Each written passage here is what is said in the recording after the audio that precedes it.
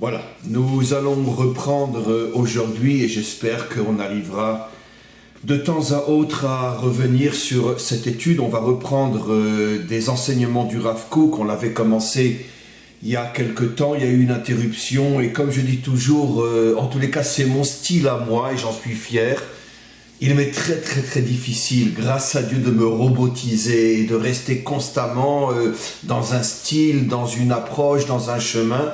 Je pense que l'essence de l'homme authentique, de l'homme véritable, malheureusement il n'y en a pratiquement plus aujourd'hui, c'est justement de ne jamais s'enfermer dans quoi que ce soit, d'aller, de revenir, de monter, de descendre, d'être et de ne pas être. C'est ça un homme. Un homme c'est une réalité qui est constamment en train de bouger, de se renouveler, avec des hauts, avec des bas. C'est ce que j'essaye de montrer, c'est ce que j'essaye de transmettre et c'est sans doute la raison fondamentale pour laquelle je suis incapable et je ne veux en aucun cas m'enfermer dans un système quel qu'il soit, même lorsqu'il s'agit de choses extraordinaires comme les enseignements de Rabbi Nachman ou du Rabbi Lubavitch ou du Rav Kook ou d'autres. Une fois oui, une fois non, une fois plus, une fois moins. Et je pense que le modèle que je transmets est un modèle difficile, parce que 99,9% des hommes et des femmes sur Terre, dans toutes les générations, aujourd'hui plus que jamais, aiment s'enfermer dans un système et ne plus bouger. Je suis Lubavitch, je suis Breslev, je suis Dati Leumi, je suis Haridi, etc. Et c'est plus facile parce qu'une fois que je suis dans un système, je limite mon cerveau, je limite ma compréhension du monde à ce trou d'aiguille dans lequel je me trouve et je me sens en sécurité parce que j'en ai plein d'autres comme moi autour de moi qui sont comme moi. J'ai toujours essayé de ne jamais m'enfermer dans un trou d'aiguille et grâce à Dieu je pense y être arrivé. J'ai un respect profond que je ne peux même pas expliquer. Même le mot respect est une insulte par rapport à ma relation avec tous les grands maîtres d'Israël, comme le Rabbi Lubavitch, comme Rabbi Nachman de Breslev, comme le Rav Kook et d'autres, et beaucoup d'autres. Je cite ces trois-là parce que, comme je l'ai déjà dit, ce sont mes trois principaux maîtres qui m'ont construit et me construisent. Mais même si j'ai un respect que je ne peux même pas expliquer pour tous les grands maîtres d'Israël, malgré tout, j'ai toujours pris sur moi de ne jamais m'enfermer complètement et définitivement dans aucun système, quel qu'il soit, parce que le seul système dans lequel je m'enferme, c'est celui du maître du monde, c'est-à-dire l'infini, qui contient tout, qui est tout, et qui refuse absolument de s'enfermer dans un chemin quel qu'il soit. Et donc c'est comme ça qu'un homme authentique doit vivre. Il ne doit être connecté réellement qu'au maître du monde. Maintenant, le maître du monde a différents chemins pour accéder à lui. Il y a tel chemin, tel chemin, mais tous les chemins mènent à Jérusalem. Donc il est interdit de s'enfermer dans un chemin. Le but dans lequel on doit, excusez-moi l'expression, elle n'est pas forcément juste, le but dans lequel on doit s'enfermer, c'est le maître du monde, mais pas dans les chemins qui mènent au maître du monde. Voilà, c'était une petite introduction. Je prie de toutes mes forces pour que le maître du monde me donne la force de pouvoir de temps à autre revenir sur cette étude du Rav Kook. Et bon, aujourd'hui on aura surtout beaucoup d'introductions. J'ai choisi un texte qui est dans les Orot. Orot, ça veut dire notamment les lumières. Le Rav Kook a écrit ce qu'on appelle les Orot, les lumières. Ce sont des centaines, des milliers d'enseignements répartis en plusieurs livres qu'il a appelé, donc cette œuvre gigantesque, il l'a appelé les Orot, les lumières, et il dévoile des lumières, des enseignements inimaginables. Juste un petit rappel, le Rav Kook qui a vécu donc au fin du 19e, début du 20e siècle, a été le seul, pratiquement le seul des géants de la Torah, parce que même le mot géant est une insulte à l'égard de maîtres d'une telle dimension, a été pratiquement le seul, et le seul contre toute la, on pourrait dire, toute la Torah qui se trouvait à son époque. Tous les maîtres de la Torah n'ont pas du tout, à l'exception bien sûr de quelques-uns, mais là je parle des géants. Et donc il a été le seul géant dans sa génération à comprendre que le retour d'Israël sur sa terre était les débuts de la délivrance. Pratiquement à 99,9%, tout le monde de la Torah était contre lui. Et pour simplifier, vraiment simplifier à l'extrême, parce que c'est beaucoup plus profond que ce que je vais dire, mais pour simplifier à l'extrême, la raison fondamentale, profonde, pour laquelle la grande majorité du monde de la Torah et des grands et des géants du monde de la Torah étaient contre lui et contre sa vision des choses, c'est parce que, effectivement, comme on le sait, les initiateurs à cette époque-là, et plus ou moins jusqu'à aujourd'hui encore, avec des milliards de nuances, parce qu'aujourd'hui c'est plus du tout comme ce l'était il y a un siècle et plus, mais c'est vrai qu'à cette époque-là, à l'époque du Rav Kook, les initiateurs du retour sur la terre d'Israël étaient des gens qui étaient très loin de la Torah, qui pour la plupart l'avaient complètement abandonnée car ils l'avaient appris quand ils étaient jeunes. Certains s'étaient révoltés contre la Torah, et c'est vrai que l'idéologie sioniste laïque de ces époques-là était une idéologie qui était farouchement plus ou moins contre la Torah. Et donc c'est la raison pour laquelle le monde de la Torah dans son ensemble, lorsqu'il a vu que ceux qui étaient à la tête de ce retour disaient clairement à haute voix qu'il fallait être un peuple comme les autres, et qu'au plus la Torah devait devenir une religion comme le christianisme en France ou ailleurs, c'est-à-dire reste à l'église et fous-nous la paix, lorsque les grands maîtres de la Torah ont compris ça, ont vu cela, ils se sont complètement détournés de ce mouvement. J'ai déjà expliqué de nombreuses fois, et je le dis avec beaucoup de force et de fierté, qu'ils se sont tous, absolument tous trompés. Aujourd'hui, de plus en plus, même s'ils n'osent pas l'avouer encore, la grande majorité des maîtres de la Torah savent que finalement c'était une erreur, parce qu'ils ont enfin compris avec un siècle de retard que c'était quelque chose de voulu par le maître du monde, comme je l'ai expliqué des dizaines de fois dans mes cours, en m'appuyant sur le Zohar et d'autres, que Hachem voulait cacher aux yeux des nations le retour d'Israël sur sa terre, de manière à ce que les nations non seulement ne s'y opposent pas, mais se disent que si ce mouvement va faire des Juifs finalement un peuple comme les autres, enfin les Juifs vont disparaître, donc allez, laissez-les faire, eux vont réussir à faire ce que nous depuis 2000 ans on n'arrive pas à faire, c'est-à-dire détruire l'identité juive authentique. Et donc le maître du monde, à chaque fois qu'il est dans un processus de délivrance, cache ce processus aux yeux des nations. Dans la Torah, on a le fameux récit de Lot qui s'unit à ses propres filles, une cochonnerie totale, mais c'est quand même de cette cochonnerie que va sortir Ruth, la mère fondatrice de la lignée de David et du Mashiach.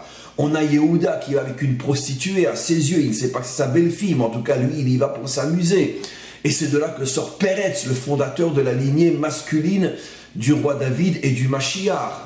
On a quantité d'exemples dans la Torah qui nous montrent que lorsque Dieu veut faire avancer le processus de la délivrance, il le cache complètement de manière à ce que les forces d'en bas et les forces d'en haut, les forces accusatrices, qui essayent de détruire ou d'empêcher ce processus, car les forces contraires ne veulent absolument pas la délivrance. Donc ces forces contraires font tout pour empêcher le processus, et c'est la raison pour laquelle Hachem roule les forces contraires. Comme disent nos maîtres, les forces contraires sont très puissantes, mais sont aussi bêtes que puissantes. D'accord? Comme je dis toujours dans mes cours, et je sais que ça ne sert à rien de le dire, parce que justement ils sont trop bêtes, je dis toujours, si les vrais antisémites voulaient vraiment nous détruire, ils nous laisseraient pendant un siècle tranquilles et on disparaîtrait tout seul, parce que heureux comme un juif en exil. Seulement ils sont tellement hontes que de toute façon on a beau leur dire, ils ne le feront pas. C'est ça notre chance à nous, c'est que plus quelqu'un haït les juifs et plus il est bête. Donc ça va toujours de pair. Et c'est pour ça qu'ils font toujours le contraire de ce qu'ils devraient faire. Et donc c'est comme ça que Hachem a roulé le monde entier.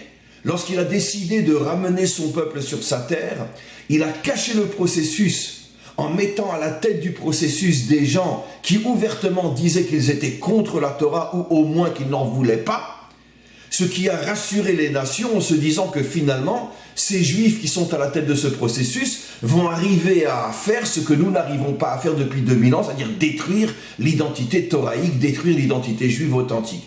Et finalement, toutes les nations se sont fait rouler parce que c'était le maître du monde qui dirigeait le processus. Et aujourd'hui, grâce à Dieu, nous sommes sur notre terre. Le peuple juif revient dans sa grande majorité de toutes ses forces à la tradition d'Israël, à l'identité d'Israël. Et il y a de plus en plus et de plus en plus et de plus en plus de juifs qui reviennent carrément, complètement à la Torah d'Israël, pas seulement à la, comment dire, à la tradition, pas seulement au respect, mais vraiment qui s'engage et de plus en plus aujourd'hui. Donc finalement le processus a réussi, mais il y a un siècle, le seul prophète véritable dans notre génération qui a vu ce qui allait se passer, c'était le Rav Kook. Alors comme c'était un maître authentique, tout le monde lui est tombé dessus, ça va toujours de pair avec un maître authentique. Plus tu es authentique et plus tu es critiqué par les gens qui appartiennent au même système que toi. Et si tu es un homme de Torah et que tu es un homme authentique, tu auras tout le monde de la Torah contre toi. Ça c'est, on pourrait dire, le test, la clé pour savoir si tu es un maître authentique ou non. Si tu as tout le monde de la Torah avec toi, c'est sûr que tu es un charlatan. Si tu as tout le monde de la Torah contre toi, c'est sûr que tu es un maître authentique. C'est ce qui est arrivé au Rav Kook. Il a été méprisé, il a été maudit, il a été... Qu'est-ce qu'il n'a pas traversé, ce pauvre homme? Mais c'est quand même lui qui avait raison. Il avait un siècle d'avance sur tous les maîtres de sa génération, et aujourd'hui, tout se passe selon ses prévisions. Donc, il a consacré énormément d'années de sa vie, pour ne pas dire presque toute sa vie, à parler de ce processus, à parler de la terre d'Israël, à parler du retour, dans un langage très difficile, comme je l'avais expliqué à l'époque où on avait commencé un petit peu l'étude sur le Rav Kook. Le grand problème du Rav Kook, c'est qu'il a un style en hébreu très très difficile. N'oublions pas jusqu'à cette époque-là, les Juifs ne parlaient plus l'hébreu. Et donc les Juifs ont recommencé à parler ou à écrire véritablement en hébreu à cette époque-là. Et donc, ce n'était pas encore l'hébreu moderne d'aujourd'hui. Le Rav Kook avait un style, un hébreu très difficile, ce qui fait que jusqu'à aujourd'hui, pour arriver à comprendre, même en hébreu, un texte du Rav Kook, il faut investir énormément de travail. Mais une fois qu'on est arrivé à rentrer dans le texte, on s'aperçoit qu'il y a des lumières qui, encore une fois, il y a un siècle, ne parlaient malheureusement pas à grand monde, parce que le Rav Kook avait un siècle d'avance sur toute sa génération, y compris les géants de sa génération. Aujourd'hui, grâce à Dieu, un siècle après, tout le monde se rend compte, tout celui qui est honnête se rend compte qu'il avait raison, et que finalement, on a envie de verser un torrent de larmes, comme pour dire, mais comment n'ont-ils pas compris que cet homme-là était véritablement par sa Torah en train de préparer la délivrance d'Israël. Et donc, encore une fois, des textes qui ne sont pas faciles. Certains sont traduits en français aujourd'hui, beaucoup plus en anglais. Et on peut trouver pas mal de livres du Rav Kook en anglais, pour ceux qui comprennent l'anglais. On peut en trouver, je crois, très peu, où ça commence à peine en français aussi. Mais voilà, j'ai choisi donc un texte des Oroth, cette fameuse œuvre dont j'ai parlé, qui parle de la terre d'Israël. Alors, je suis toujours dans l'introduction, malheureusement.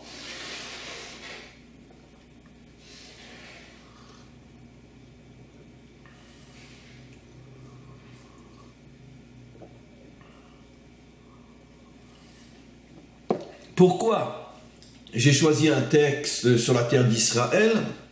D'abord parce que c'est évident, et deuxièmement parce que c'est l'essentiel des enseignements du Rav Kook, et troisièmement parce qu'on est dans une situation où je pense que notre devoir est de mettre en garde une fois de plus tous les Juifs qui se trouvent dehors de leur terre, en France, en Amérique. On voit ce qui se passe aujourd'hui pratiquement toutes les semaines, tous les jours en Amérique et partout dans le monde. Le monde est en train de changer. Je l'ai déjà dit, je le dis, je suis le milliardième à le dire. Des milliards l'ont dit avant moi. La sécurité des Juifs en dehors de la terre d'Israël ne dure maximum que 50, 60, 70 ans, 80, plus ou moins. Entre les 50 et les 80 ans, à nouveau de nouvelles catastrophes s'abattent sur les Juifs en dehors de la terre d'Israël. Je sais bien que malheureusement, et je vais le dire de manière très violente, mais moi je veux sauver mon peuple, et c'est pour ça que je me fiche royalement de ce que ces gens-là diront. On sait très bien que tout l'établissement rabbinique, etc., fait tout pour assurer ses ouailles à Paris, à New York. Mais non, vous inquiétez pas, tout ira bien, le gouvernement est avec nous, etc., etc. Bon, évidemment, eux, c'est leur métier, donc ils ont besoin de communautés en France et ailleurs pour pouvoir avoir un salaire à la fin du mois. Donc ils sont prêts, consciemment ou non, à sacrifier des milliers de vies. Mais c'est pas grave, je m'excuse de ma violence, mais vous me connaissez, c'est comme ça. Et alors quand en plus il s'agit de sauver la vie des enfants de mon peuple, alors là je fais de cadeau à personne. Mais quoi qu'il en soit, on le voit aujourd'hui de plus en plus. Il n'y a pas une semaine où les cimetières ne sont pas profanés, il n'y a pas une semaine où il n'y a pas des agressions dans la rue. Regardez ce qui s'est passé avec le procès Halimi récemment, où la France a acquitté un assassin. Ce n'était qu'une youpine, après tout, elle est sautée, elle est passée par la fenêtre, c'est rien, hein, ce n'est que comme si on avait jeté un sac d'ordures. Le pauvre, il était drogué quand même, il faut l'excuser, il était drogué. Donc, bref, on voit donc que même au niveau de la justice, au niveau du comportement dans la rue, partout en Amérique, qui aurait pu imaginer il y a encore 50 ans qu'en Amérique, toutes les semaines, il y aurait un nouveau drame concernant les Juifs en Amérique. Et ça, c'est sous le gouvernement de Trump. Je vous le dis, je l'affirme, je le crie à haute voix. Même si Trump est réélu encore 4 ans, après lui, à 99% de chances, c'est les démocrates qui reviennent. Si ce n'est pas cette fois-ci, c'est 4 ans encore après. C'est 4 ans, 8 ans, 10 ans, peu importe, les démocrates reviendront. Les démocrates sont de véritables nazis aujourd'hui, avec une haine du juif qui, à mon avis, égale celle de Hitler. Et lorsque les démocrates reviendront au pouvoir, ça sera la fin du judaïsme américain. Et je n'ose même pas dire ce qu'ils vont faire en cachette pour préparer la destruction de l'État d'Israël. Et on arrivera vraiment à la guerre de Gog et Magog. Mais évidemment, les Juifs sont heureux aux États-Unis, ils sont heureux en Europe. Évidemment, heureux comme un Juif en exil, ça a toujours été la grande tare des Juifs. Ça veut dire que plus ils sont loin de leur terre et plus ils sont contents de dire l'an prochain à Jérusalem, mais moins ils font d'efforts pour revenir. Bon, je ne parle bien sûr pas de l'ensemble d'Israël, car aujourd'hui la majorité d'Israël est déjà revenue sur sa terre, bien évidemment. Tous les jours, il y a de nouveaux avions qui arrivent remplis de Olim Hadashim, de nouveaux Juifs qui arrivent pour s'installer sur leur terre. Mais malheureusement, il y en a encore suffisamment à Paris, en France, en Europe, en Amérique, en Russie et partout, pour que le danger soit malgré tout un véritable danger. Mes amis, mes frères, sachez que vous êtes dans une situation extrêmement dangereuse. Sachez que le temps va accélérer plus vite que vous le pensez. Et sachez qu'avant même que vous vous en rendiez compte, vous serez poursuivis dans les rues, vous serez massacrés, vous serez pillés, vous serez violés et vous serez spoliés. Il n'y a pas une seule exception à l'histoire d'Israël en dehors de sa terre. Il n'y a pas une seule exception. Tous les 50, 60, 80 années, à nouveau un tsunami de haine. Donc faites attention. Comprenez qu'aujourd'hui, vous avez la possibilité unique depuis des millénaires de revenir plus ou moins facilement sur votre terre. Je dis plus ou moins facilement car je ne joue pas la comédie et je ne mens pas. Tout celui qui est venu s'installer en Israël a dû traverser de grandes difficultés. C'est pas le confort, c'est pas les salaires et c'est pas la belle vie à la française, c'est sûr. On n'a pratiquement pas de vacances, on n'a pas de jours de congé, on travaille comme des fous et on gagne 10 fois moins. Oui, mais on est chez nous, avec notre peuple, sur notre terre. Et cette compensation sur le plan humain vaut des milliards de fois plus que les millions ou les milliards que vous vous faites aux États-Unis, que vous vous faites en France ou ailleurs. Et vous le savez. Seulement c'est sûr, c'est très dur de sortir de son système, de sortir de son métro boulot dodo, où on sait très bien que le grand problème des Juifs depuis le début de l'exil, c'est que partout où ils sont en exil, quand on leur fout la paix, ils vivent bien. Ils vivent bien. Et c'est difficile de jeter par la fenêtre tout ce qu'on a pour recommencer à zéro. Mais mes amis, si vous ne le faites pas vous-même, les autres s'en chargeront pour vous. C'est pas seulement vos biens qu'ils foutront par la fenêtre, c'est vos biens et vous avec. D'accord? Si vous n'avez pas compris après le procès de Madame Halimi que même au niveau des plus hautes instances de la France est en train de se préparer un volcan d'antisémitisme inimaginable, si vous n'avez pas compris ça, alors continuez à dormir, mais ne venez pas pleurer après. sur vos mémorials de l'extermination des Juifs de France dans les années 2020 ou 2022 ou 2025. Ne venez pas pleurer, on vous a mis en garde. Avant la Shoah aussi, de nombreuses personnes, comme Jabotinsky et d'autres, allaient de village en village, de ville en ville pour mettre en garde les Juifs. Mais de quoi il parle celui-là? Mais on est bien en Pologne, on est bien en Russie. Et je ne parle même pas de l'Allemagne, mais qu'est-ce qu'on est bien en Allemagne? Heureux comme un Juif allemand. On ne l'a pas écouté. Et puis après, on va faire le mémorial de la Shoah. Non, arrêtons. Arrêtons. Dans toute notre histoire, nous sommes au moins à 50% responsables de nos malheurs. Parce que nous n'avons jamais rien fait pour nous prendre en main et revenir sur notre terre. Et automatiquement, l'histoire se répète. Allez, une nouvelle Shoah. Et je vous garantis qu'est en train de se préparer une catastrophe dans le monde. Et tous les rabbinim qui diront le contraire sont des menteurs, sont des assassins, sont des criminels, parce qu'ils mettent la vie de millions de juifs, d'hommes et de femmes et d'enfants en danger. Ne les écoutez pas. Ce sont des menteurs, ce sont des assassins. Celui qui a lu le livre du Rav Tertel, Ema Banim Smecha, qui est traduit aujourd'hui en français, lui-même était un grand antisioniste, c'était un des géants du judaïsme hongrois, un très grand antisioniste. Il faisait partie de cette tendance qui était farouchement opposée au sionisme, je parle du sionisme laïque de l'époque. Et bien, quand est arrivé la Shoah, il a fait Teshuvah, il a écrit un livre extraordinaire, Ema Banim Smecha, La mère se réjouit avec les enfants, vous pouvez le trouver en France aujourd'hui, il a été traduit.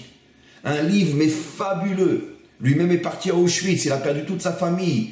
Il n'y a qu'un seul de ses enfants qui a survécu, qui est arrivé à s'échapper en France et se cacher là-bas. Bien que ce n'était pas forcément une bonne cachette, mais en tout cas, il a survécu.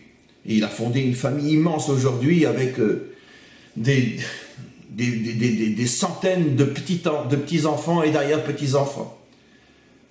Mais lui a écrit un livre, le père, inimaginable, où il explique l'erreur inimaginable qu'a fait le monde de la Torah en refusant de prendre conscience du danger imminent qui s'annonçait déjà depuis début des années 30. Quand est sorti Mein Kampf ou d'autres livres, mais non, c'est un malade, c'est un fou, faites pas attention, on est si bien là où on est. Voilà. Et l'histoire se répète constamment.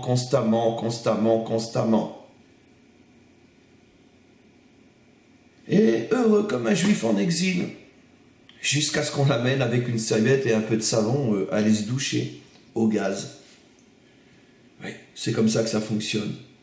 Alors mes amis, arrêtez d'écouter vos dirigeants communautaires, arrêtez d'écouter vos rabbins, arrêtez d'écouter les rabbinim qui vous disent « Mais non, Dieu est avec nous, Gott mit uns ». Ouais, c'est marrant, les juifs disent comme les Boches, « Gott mit uns ».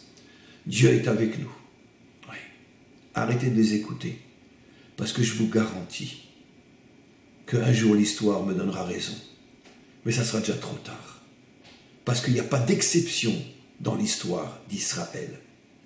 Toutes les quelques décennies, un nouveau volcan de haine nous balaye avec sa lave de terreur et sa lave d'atrocité. Alors revenez vite sur votre terre, car aujourd'hui, il n'y a que ceux qui sont ici qui s'en sortiront. Et c'est ici que la délivrance va se passer, grâce à tous ceux qui sont là.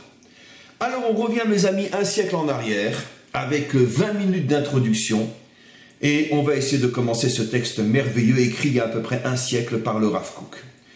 Le titre, c'est Eretz Israël, la terre d'Israël. Le Rav dit, on va lire quelques lignes, je traduis, et on expliquera pour terminer le cours, le début, et je vous promets que la semaine prochaine, on continue. Eretz Israël eineina davar chitzoni. Le Rav dit, la terre d'Israël n'est pas quelque chose d'extérieur, comme on va le voir dans quelques instants, n'est pas quelque chose d'extérieur à l'essence, à l'identité d'Israël. C'est-à-dire, ça veut dire quoi quelque chose d'extérieur, dit le maître. Kinyan chitzoni leuma. C'est pas seulement, on pourrait dire, une possession nationale. Bon, c'est notre terre.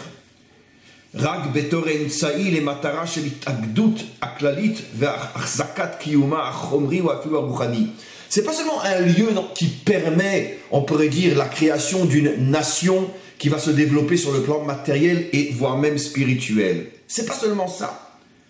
C'est pas seulement, on sait très bien, donnons un exemple simple, qui est vraiment très très parlant par rapport à ce que dit le Rav. Un jeune couple se marie et donc ils décident, il faut qu'ils louent ou achètent une maison pour pouvoir construire leur famille. Bon alors évidemment, il y a pas mal de goûts qui vont être en jeu. Je préfère telle ville, je préfère tel quartier, je préfère tel... Mais en vérité, pourquoi on a besoin d'une maison? On a besoin d'une maison parce que c'est le lieu dans lequel on va pouvoir fonder notre famille. Bon, ça peut être ici, ça peut être là, c'est sûr qu'on a des critères. Mais en vérité, la maison n'est qu'un moyen d'arriver à fonder la famille, même si on ne veut pas n'importe quelle maison. Parce que selon la sensibilité, selon le caractère, selon le profil de chacun, on va choisir plus ou moins tel style de ville, de quartier et de maison. Et surtout aussi, et ce que j'aurais dû dire en premier, je le dis en dernier, surtout aussi selon les moyens. Les moyens sont déjà 90% finalement ce qui va m'amener à telle maison, à tel appartement ou à un autre. Mais quoi qu'il en soit, je ne vois pas la maison comme faisant partie, on pourrait dire, de mon essence en tant qu'homme. La maison, c'est un moyen d'arriver au but que je me suis fixé de fonder une famille. Voilà, comme quand je mange, un exemple encore plus idiot, comme quand je mange, j'ai besoin d'une fourchette et d'un couteau, mais en vérité, je me fiche royalement de la fourchette et du couteau, de leur couleur, de quelle est leur marque, je regarde même pas. Moi, ce qui m'intéresse, c'est ce que j'ai dans l'assiette, c'est ce que je mange. D'accord? Donc, ce n'est qu'un moyen. Dans d'autres domaines aussi, voire même pratiquement dans tous les domaines, la matière que j'utilise est un moyen. Je suis médecin, je suis avocat, je suis électricien, je suis plombier, je suis raf, peu importe. Bon, c'est un moyen d'arriver à avoir de quoi vivre. Alors évidemment, je vais choisir d'être médecin, d'être avocat, d'être plombier, d'être électricien selon mes possibilités, mon intelligence, ma sensibilité, etc. Mais quoi qu'il en soit, dans la grande majorité des cas, allez, ne soyons pas stupides. Je ne suis pas médecin parce que j'ai envie de sauver des vies. Je ne suis pas avocat parce que j'ai envie de sauver et de me battre contre l'injustice. Je ne dis pas que ça n'existe pas, mais dans 99% des cas, c'est parce que c'est un bon métier qui rapporte bien, point, c'est tout. Et donc, et même s'il y a les deux, le côté moyen est plus important que le côté idéal. On le sait tous, ne rêvons pas. D'accord ? Le Talmud rapporte le cas unique dans tout le Talmud d'un médecin qui ne demandait jamais de l'argent aux pauvres, même s'il passait des journées et des semaines à les soigner. À un pauvre, il ne demandait pas d'argent. Faites le tour du monde, trouvez-moi-en un comme ça. Le premier qui en a trouvé un, il a gagné. Il y en a sans doute un ou deux, mais on est quand même 7 milliards sur Terre. Donc, la Terre aussi, dit le Rav, dans pratiquement la grande majorité des cas pour tous les peuples, c'est un endroit qu'on a trouvé selon, on pourrait dire, les aléatoires historiques qui a fait qu'une tribu est partie à la conquête d'un endroit où il pensait que là-bas il pourrait s'établir, et puis il y avait déjà des gens qui étaient là, il a fallu se battre jusqu'à ce qu'on arrive à les vaincre et s'y installer. Et puis bon, après l'endroit nous a plu selon le caractère. Si j'ai un caractère russe, eh ben je préfère le froid. Si j'ai un caractère beaucoup plus chaud, je préfère l'Afrique. Si j'ai un caractère entre les deux, je m'installe en Europe, peu importe. J'aime la montagne, j'aime la mer, mais c'est encore une fois, c'est un moyen d'arriver au but qui est « je veux me construire moi », individuellement ou nationalement parlant. Le Rav dit ici quelque chose de fou. Il dit « la terre d'Israël ne fait absolument pas partie de ce processus. Elle n'est pas un moyen qui aide à la construction d'une nation. C'est beaucoup plus que ça. » Regardez ce qu'il dit.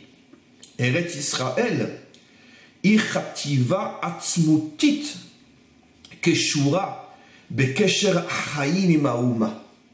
La terre d'Israël fait partie de l'essence, de l'intériorité, de l'essence identitaire du peuple juif. Je répète, pour ceux qui comprennent l'hébreu, Eretz Israël Ichativa atzmutit Keshura bekesher chaim emaouma. J'ai oublié de traduire l'essentiel. La terre d'Israël fait partie de la vie authentique du juif, de son naissance et de sa vie. Mais vous comprenez ce que le Rav dit? Bon, je ne vais même pas dire le mot Rav parce que c'est une insulte à l'égard de gens pareils. C'est Rav, n'importe qui est Rav aujourd'hui. Mais non, c'est pas un Rav, bon, on ne va pas dire deux mots. Vous comprenez ce que je veux dire, ce que cet homme dit. Voilà, ça c'est le vrai qualificatif, ce que cet homme dit, parce que sur 7 milliards de personnes sur Terre, le premier qui trouve un homme, il a gagné. Voilà ce que cet homme dit. C'est que la terre d'Israël fait partie intégrante de ta vie et de ton naissance en tant que juif, et en tant que nation. Ce qui veut dire que sans la terre d'Israël, tu n'es ni vivant, et tu es complètement éloigné de ton naissance en tant que juif. Donc, traduit dans un langage plus moderne, de ton identité. Il n'y a pas d'identité juive et de vie juive sans la terre d'Israël. Ah ben non, mais moi je vis à Monsi, où il y a eu un attentat il y a quelques jours.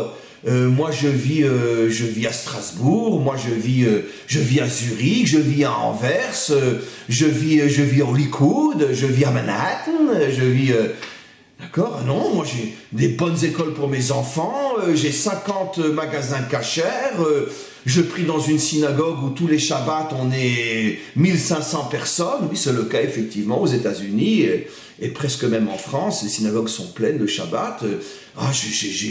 J'ai un Rav extraordinaire, chez moi j'ai une bibliothèque remplie de presque 3000 livres, j'ai une barbe, j'ai un chapeau. Moi je suis pas un juif vivant, moi je suis loin de mon identité, mais arrêtez vos histoires, il est fou ce mec. Arrêtez. Ouais.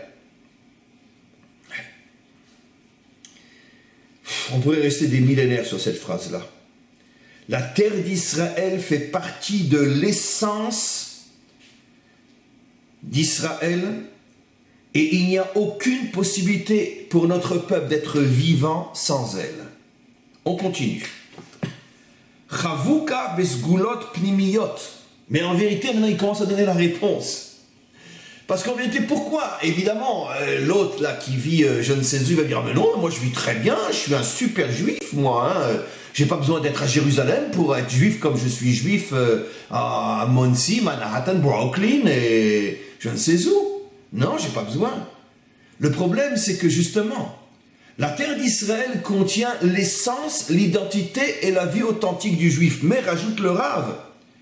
Excusez-moi, j'ai encore dit un gros mot. Rajoute l'homme. Chavuka bezgulot pnimiyot im mitziuta. Mais la lumière, la force, la vie, l'essence qui se trouve sur cette terre est cachée à l'intérieur de son intériorité. Et ce n'est pas forcément évident de le dévoiler. Dans un langage plus kabbalistique, je dirais avec certitude que le Rav... Oh, j'arrête pas de parler comme les idiots, je l'appelle Rav. Bon. Je dirais que cet homme fait allusion à ce que le Zohar explique, et la Kabbalah explique, et la Chassidoute aussi, le fameux Or Haganouz, la lumière cachée, la fameuse lumière du premier jour, qui n'était pas la lumière des astres, du soleil ou de je ne sais quoi, et qui a été cachée tout de suite après le premier jour. C'est pour ça qu'on l'appelle Or Haganouz, la lumière cachée. Et nos maîtres disent, entre autres, où est-elle cachée? Dans la terre d'Israël. Et elle n'en voit que de fins rayons, mais son essence est encore complètement cachée, et son véritable dévoilement qui ramènera tous les peuples à comprendre que la terre d'Israël est la capitale mondiale de la spiritualité, de la morale universelle, et tous les peuples reconnaîtront que le seul lieu où Dieu se dévoile, c'est ici, sur cette terre. C'est lorsque le Mashiach dévoilera le Or Haganouz, la lumière cachée qui est à l'intérieur de cette terre. Donc ici, le Rav dit quelque chose d'extraordinaire. Excusez-moi, bon, je dis le gros mot, mais c'est pas grave. Il dit quelque chose d'extraordinaire. Tu ne peux en aucun cas être un juif authentique en dehors de ta terre, quelle que soit la grandeur de ta barbe et combien de chapeaux tu as sur la tête. Tu es un juif falsifié. Maintenant, même si tu es en Israël, et ça, qui mieux que nous le voyons tous les jours, tu peux aussi vivre comme n'importe qui en Israël. Parce que tu n'as fait aucun effort pour te connecter à l'intériorité de cette terre, là où se trouve véritablement ta véritable essence et ta véritable vie. Mais une fois que tu t'es connecté à cette essence, jamais complètement parce que la connexion véritable ne se fera qu'à l'époque de la délivrance, grâce au Mashiach, mais une fois que tu t'es connecté, ne serait-ce qu'à des rayonnements de cette essence, exactement comme le soleil en plein hiver, les nuages cachent le soleil, mais malgré tout on voit clair. C'est bien la preuve qu'il y a de la lumière qui arrive, même en pleine journée, même en plein hiver, sur terre. C'est exactement ça la terre d'Israël pendant tout le temps de l'exil. Une lumière inimaginable qui se cache à l'intérieur de la terre, mais qui envoie constamment des rayonnements. Alors, il y a, on pourrait dire, 3 types de juifs sur terre. Ceux qui sont en dehors de la terre d'Israël et qui vivent dans une illusion totale de croire qu'ils sont de vrais juifs, alors qu'ils vivent dans une erreur, dans une illusion, dans un fantasme total. Ils n'ont rien du vrai juif. Il y a ceux qui sont en Israël mais qui continuent à vivre comme ailleurs et qui, eux, ne reçoivent que des zestes de ce rayonnement-là, et donc pas grand-chose et pratiquement rien, pas suffisamment au point de les changer vraiment. Et il y a les autres, et c'est la majorité aujourd'hui en Israël, la majorité, qui eux comprennent que cette terre cache un secret absolument incroyable, et se mettent à la recherche de ces rayonnements, et se connectent à ces rayonnements, et se transforment radicalement, fondamentalement. Tout celui qui a des yeux pour voir et surtout qui a la sensibilité de l'âme pour comprendre et ressentir ce que je dis, c'est que tu prends le plus simple des juifs ici en Israël, mais qui est malgré tout un juif qui observe, qui pratique, qui étudie un petit peu, mais un juif standard, mais encore une fois un juif pratiquant et qui étudie. Et tu prends le plus grand des maîtres aujourd'hui, le plus grand des maîtres, mais qui vit à New York, même oser comparer les deux est déjà une insulte aux Juifs d'Israël. C'est déjà une insulte. Ah, mais attends, mais je comprends pas, mais l'autre, il a une connaissance inimaginable. Je répondrai, mais Google l'a encore plus que lui. Google l'a encore plus que lui. Et un ordinateur encore plus que lui. C'est pas la connaissance qui fait de moi un juif. C'est pas la pratique qui fait de moi un juif. Il y a malheureusement aujourd'hui des milliers de non-juifs dans le monde qui pratiquent pratiquement toutes les mitzvot et qui se laissent pousser la barbe et qui mettent une kippa sur la tête. Moi-même j'en connais pas mal comme ça. Je leur dis arrêtez, vous n'êtes pas juif, pourquoi vous faites semblant? Ah mais je me sens juif. Aujourd'hui, avec Internet, avec tous les rabbinim qui parlent sur Internet, il y a des milliers de non-juifs dans le monde qui considèrent qu'on peut être juif que par un choix personnel et n'ont pas envie de se convertir parce qu'ils pensent que ce n'est pas nécessaire et se déclarent juifs et font tout comme les juifs. Et je vous garantis que si vous les rencontrez dans la rue, moi ça m'est arrivé une fois, jusqu'à ce qu'il m'avoue qu'il n'était pas juif, il avait vraiment la tête d'un youpin. Vraiment. J'en ai rencontré au Canada, j'en ai rencontré en France, ou j'en ai pas rencontré. Ils s'étaient pas convertis. Donc, tu vois, tu peux avoir la connaissance comme Google, tu peux pratiquer comme un non-juif. Tout ça, c'est la forme, c'est la vitrine. Mais l'identité, la vie du juif, dans son essence profonde, authentique, elle ne se dévoile que sur la terre d'Israël. Je rajoute quelque chose de fondamental à ce que je dis. Parce que je sens déjà le tsunami de critiques et de haine qui est en train de se préparer contre ce cours. Mais c'est pas grave, j'adore. Je continue. Ce que je dis n'est vrai, et c'est pour ça que ça n'a été dit qu'à l'époque du Rav Kook, et pas avant. Qu'à un moment dans l'histoire où on peut, si on le veut, revenir sur sa terre. C'était déjà vrai à l'époque du Rav Kook, c'était des milliards de fois plus dur qu'aujourd'hui. Aujourd'hui, c'est facile, c'est un avion, on est là. C'est vrai qu'à l'époque où il n'y a pas le choix, où les portes de la terre d'Israël sont fermées, ou pratiquement complètement fermées, Comme à l'époque du Baal Shem Tov, du Gaon de Vilna, qui malgré tout ont tout fait pour venir en Israël, à l'époque de Rabbi Nachman de Breslev, etc. Il y a 200 ans, il y a 300 ans et plus. Là, c'est sûr qu'on a un autre principe qui s'applique, qui est dans le Zohar, c'est que quand les Juifs sont en exil et n'ont aucune possibilité de revenir sur leur terre, alors la Shrina les accompagne là où ils sont. C'est dit des centaines de fois dans le Zohar. Comprendre d'une manière simple, c'est-à-dire que la lumière divine les accompagne même dans le trou où ils sont quelque part perdus en Ukraine ou je ne sais où. Mais, rajoute le Zohar, dès qu'il y a à nouveau la possibilité de revenir sur ta terre, la Shrina quitte l'exil et revient à Jérusalem. Ce qui veut dire que si tu restes toi là-bas, tu n'es plus juif. Tu es une vitrine juive. Mais il n'y a rien dans le magasin. Même si tu ne le sais pas. Il n'y a rien. Strictement rien. Voilà ce qui est dit ici. Ce qui veut dire qu'évidemment, il y a eu des géants. Les plus grands géants de notre histoire n'étaient pas forcément en Israël. Rashi, Rambam, le Baal Shem Tov, le Gaon de Vilna. Mais eux n'avaient pas le choix. À l'époque de Rashi, tu ne peux pas quitter la France et venir en Israël. C'est impossible. Rien que tu vas te balader en France, on va déjà te massacrer 150 fois si tu sors de ton trou. Un juif dans la rue, c'est un juif mort. Donc évidemment, à ces époques-là, on pouvait devenir un géant comme Rashi, même à 3, parce que la Shrina de Dieu était à côté de Rashi. Pour ceux qui comprennent le Zohar. Mais une fois qu'il n'y a pratiquement plus, je dirais pas plus du tout, parce qu'une vie sans difficulté, c'est un fantasme. Mais à partir du moment où les difficultés redonnent des difficultés normales et acceptables, et qu'avec un minimum d'effort tu peux te retrouver sur ta terre, là la Shrina te quitte complètement. Et tu es uniquement un juif de vitrine. Il n'y a rien dans le magasin. Tu es uniquement une vitrine. Ta vie juive est une pure illusion. Tu ne peux être juif qu'en Israël, parce que c'est que là que se trouve la Shrina. Donc évidemment, les vitrines sont très très belles. Tu te promènes à Anvers ou ailleurs, tu vois des Streimel, des grandes papillotes, waouh, waouh, waouh. Ben oui, mais quand tu te promènes aux Champs-Élysées, tu vois aussi des super magasins avec des vitrines, waouh, waouh, waouh. Mais quand tu touches, tu vois que c'est qu'un mannequin, il n'y a rien. Maintenant, le mannequin ne sait pas qu'il est un mannequin. Parce qu'il ne sait pas ce que c'est la vie. Donc il ne peut pas se comparer à quoi que ce soit, puisqu'il n'est que mannequin. Mais c'est ça, la vérité vraie.